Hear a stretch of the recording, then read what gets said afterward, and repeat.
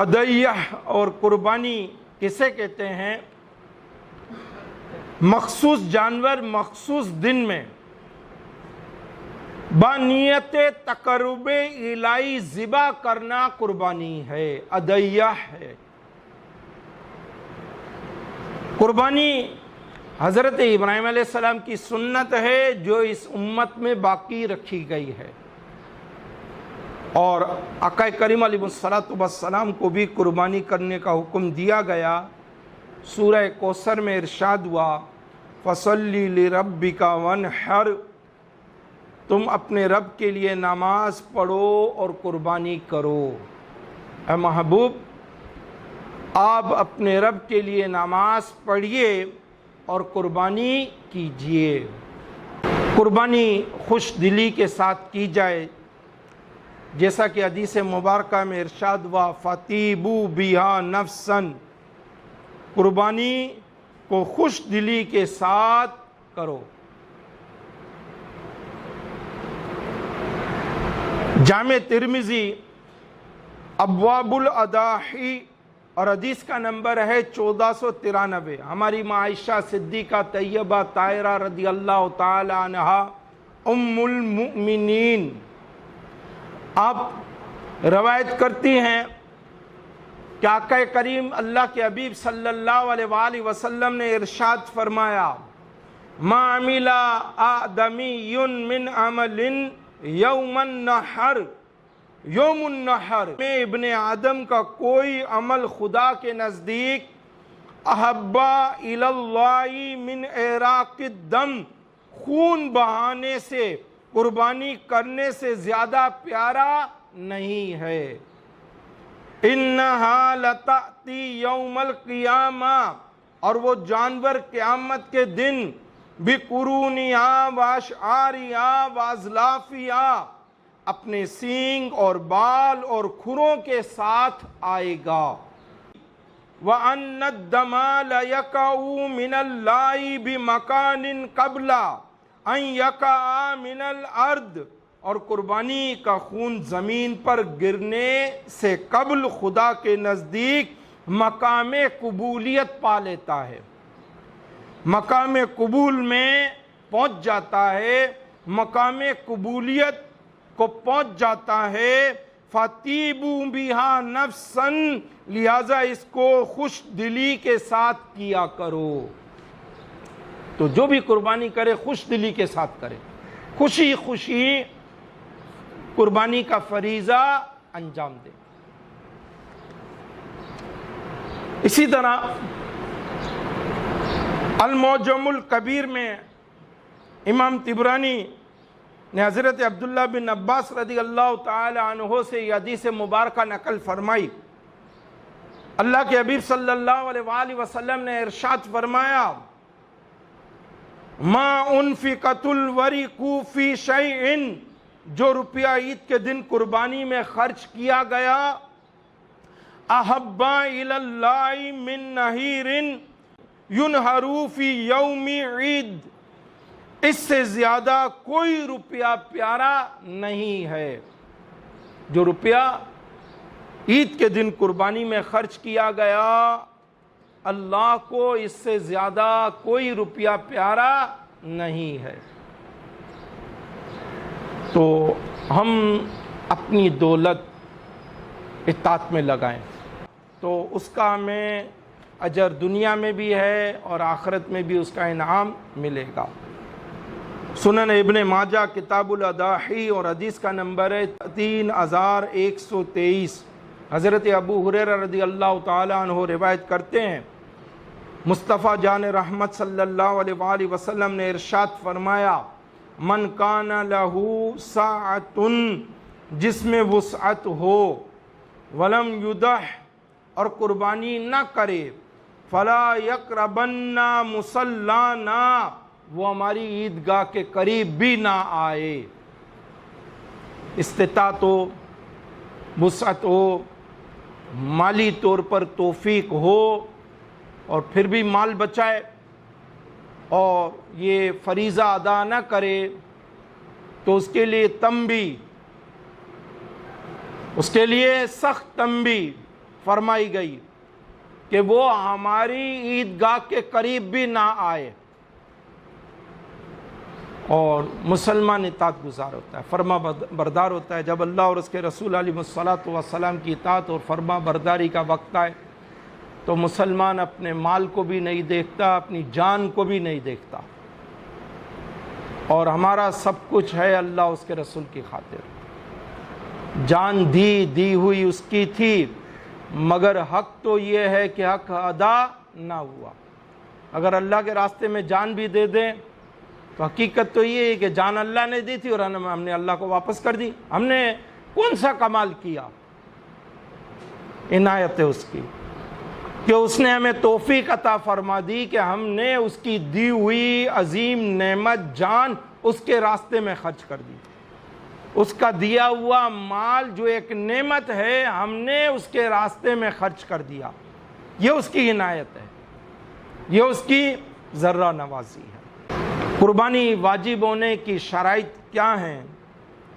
قربانی واجب ہونے کی یہ 4 شرائط ہیں. ایک، اسلام، یعنی مسلمانوں، غیر مسلم پر قربانی واجب نہیں ہے.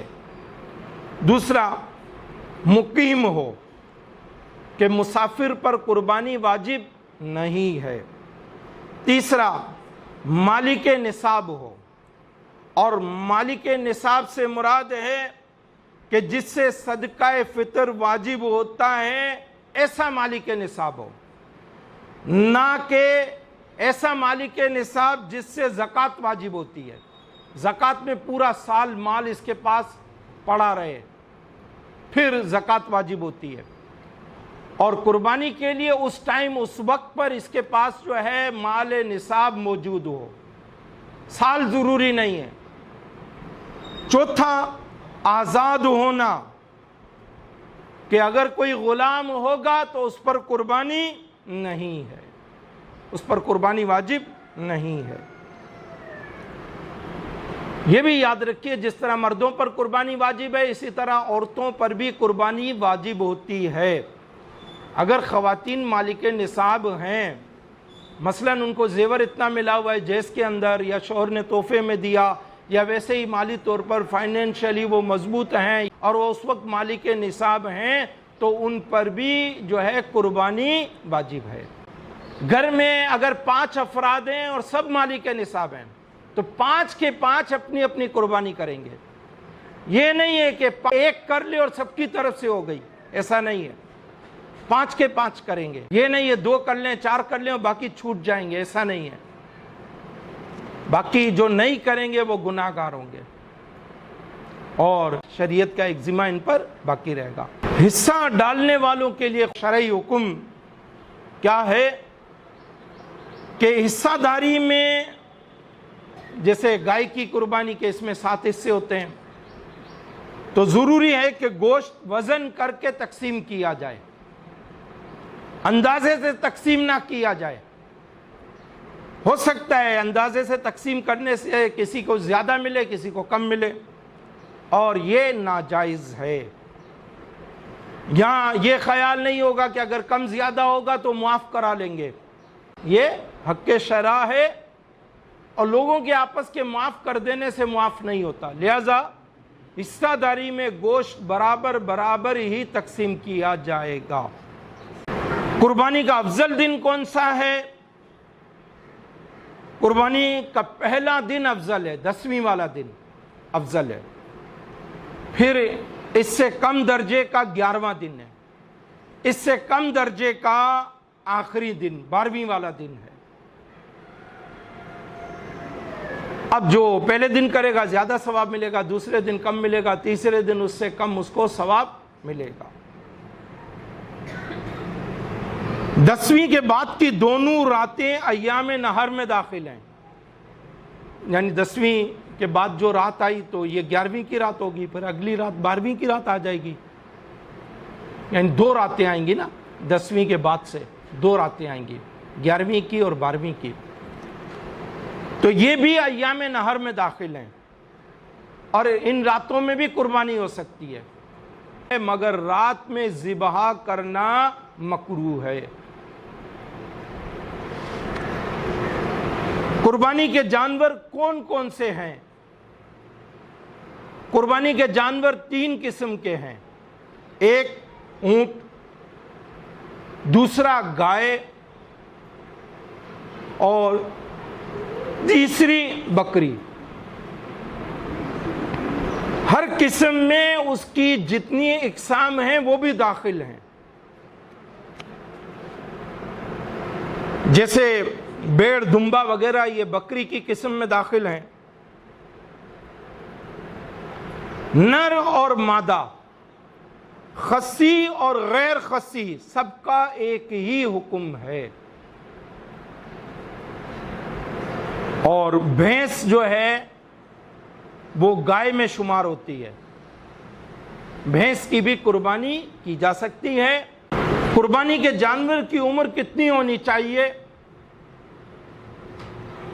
اونٹ 5 سال کا ہو، گائے 2 سال کی ہو اور بکری 1 سال کی۔ اس سے عمر اگر کم ہوگی تو قربانی جائز نہیں ہے۔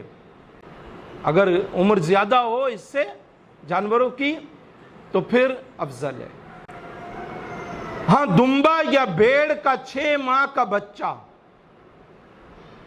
اگر وہ اتنا بڑا ہو کہ دور سے دیکھنے میں سال بھر کا معلوم ہوتا ہو، دمبا یا بھیڑ کا بچہ دور سے اگر اس کو دیکھیں تو وہ سال بھر کا معلوم ہو تو اس کی قربانی جائز ہے۔ قربانی کرنے کا طریقہ کہ قربانی کا جانور قربانی کی شرائط کے موافق ہو، یعنی جو عمر اس کی بیان ہوئی شرع میں اس کے مطابق ہو، اور ان عیوب سے پاک ہو جس کی وجہ سے قربانی ناجائز ہوتی ہے۔ اور بہتر ہے کہ قربانی کا جانور خوبصورت بھی ہو، عمدہ بھی ہو اور بہترین بھی ہو اور فربا بھی ہو۔ قربانی سے پہلے اسے چارہ پانی وغیرہ دے دیا جائے، بھوکا پیاسا ذبح نہ کیا جائے۔ ایک جانور کے سامنے دوسرے جانور کو ذبح نہ کیا جائے، پہلے سے اچھی طرح سے چھری تیز کر لی جائے۔ ایسا نہ ہو کہ جانور گرانے کے بعد اس کے سامنے چھری تیز کی جائے، یا چھری تیز نہ ہو تو جانور کو تکلیف ہو، اس سے بچا جائے۔ جانور کو بائیں پہلو پر اس طرح لٹائیں کہ اس کا منہ قبلے کی طرف ہو اور اپنا دانہ پاؤں اس کے پہلو پر رکھ کر تیز چھری سے جلد ذبح کر دیا جائے۔ اور ذبح سے پہلے یہ دعا پڑھ لی جائے، انی وجہت وجہی للذی فطر السماوات والارض حنیفا وما انا من المشرکین ان صلاتی ونسکی ومحیای ومماتی للہ رب العالمین لا شریک لہ وبذالک امرت وانا من المسلمین اللہم لک ومنک بسم اللہ اللہ اکبر، یہ پڑھ کر جانور کو ذبح کر دیا جائے۔ قربانی اپنی طرف سے ہو تو ذبح کے بعد یہ دعا بھی پڑھ لی جائے، اللہم تقبل منی کما تقبلت من خلیلک ابراہیم علیہ السلام وحبیبک محمد صلی اللہ علیہ وسلم۔ اگر جانور دوسرے کی طرف سے ذبح کیا ہے تو منی کی جگہ من کہے اور اس شخص کا جس کی طرف سے قربانی کی جا رہی ہے اس کا نام لے۔ قربانی میں 4 رگیں کاٹی جائیں یا کم از کم 3 رگیں کٹ جائیں، اس سے زیادہ نہ کاٹیں کہ چھری گردن کے موڑے تک پہنچ جائے کہ یہ بے وجہ کی تکلیف ہے، جانور کو اذیت میں ڈالنا ہے۔ 4 رگیں کاٹیں ورنہ کم از کم 3 رگیں کاٹیں اور اس سے زیادہ نہ کاٹیں اور موڑے تک چھری نہ پہنچائیں۔ پھر جب تک جانور کی روح نہ نکل جائے، اس کے پاؤں وغیرہ نہ کاٹے جائیں، نہ اس کی کھال اتاری جائے، جب تک روح نہ نکل جائے تب تک نہ کھال اتاری جائے نہ پاؤں کاٹے جائیں۔ اور اگر جانور مشترک ہے جیسے گائے، اونٹ، تو گوشت اس کا تقسیم کرتے وقت اندازہ نہ لگایا جائے بلکہ وزن کیا جائے۔ قربانی کے گوشت کے حصے کتنے ہوتے ہیں؟ قربانی کے گوشت کے 3 حصے ہوتے ہیں۔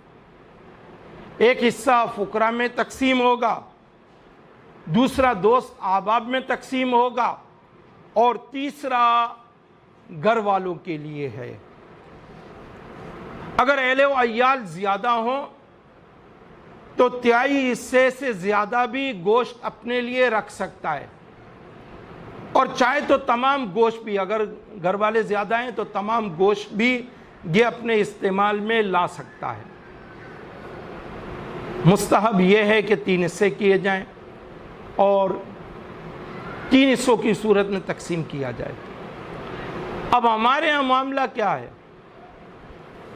اہل و عیال تو کم ہی دیکھتے ہیں، حرص زیادہ ہے۔ وہ جتنا گوشت ہے سارے کا سارا فریج میں بھرنا ہے، اس حرص سے بچا جائے۔ اور ایک مدت تک کھانا ہے تو ایسا کھانا کس کام کا کہ ہم تو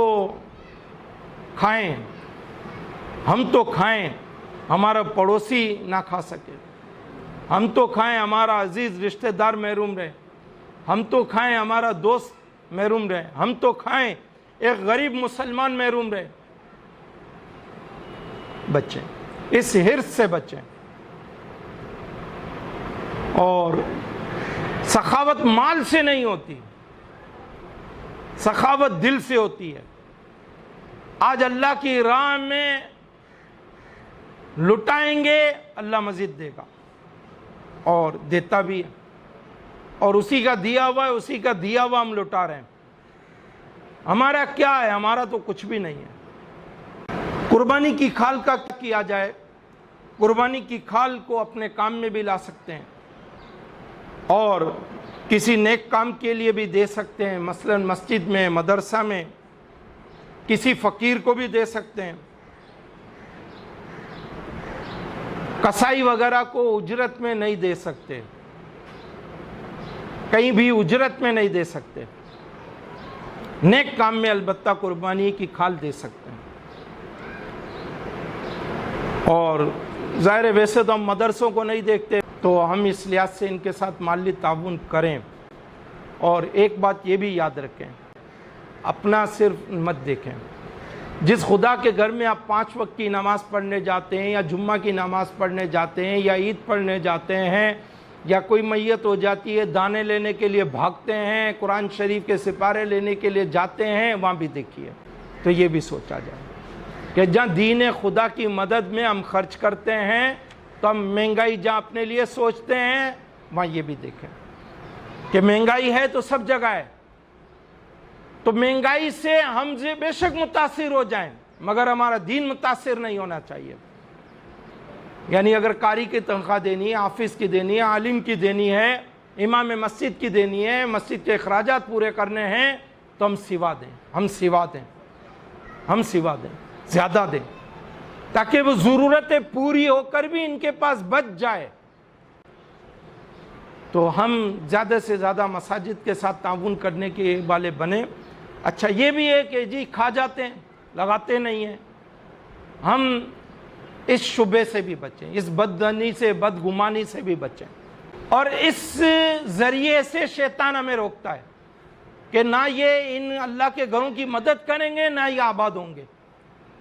تو شیطان اس طرح اپنے دغا میں، مکر میں کامیاب ہوتا ہے۔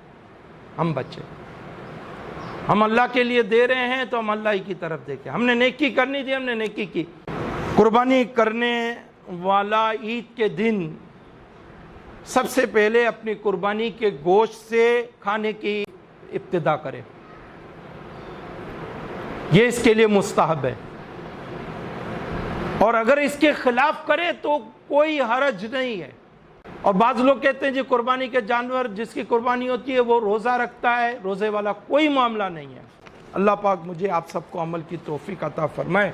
بما علینا الا البلاغ المبین۔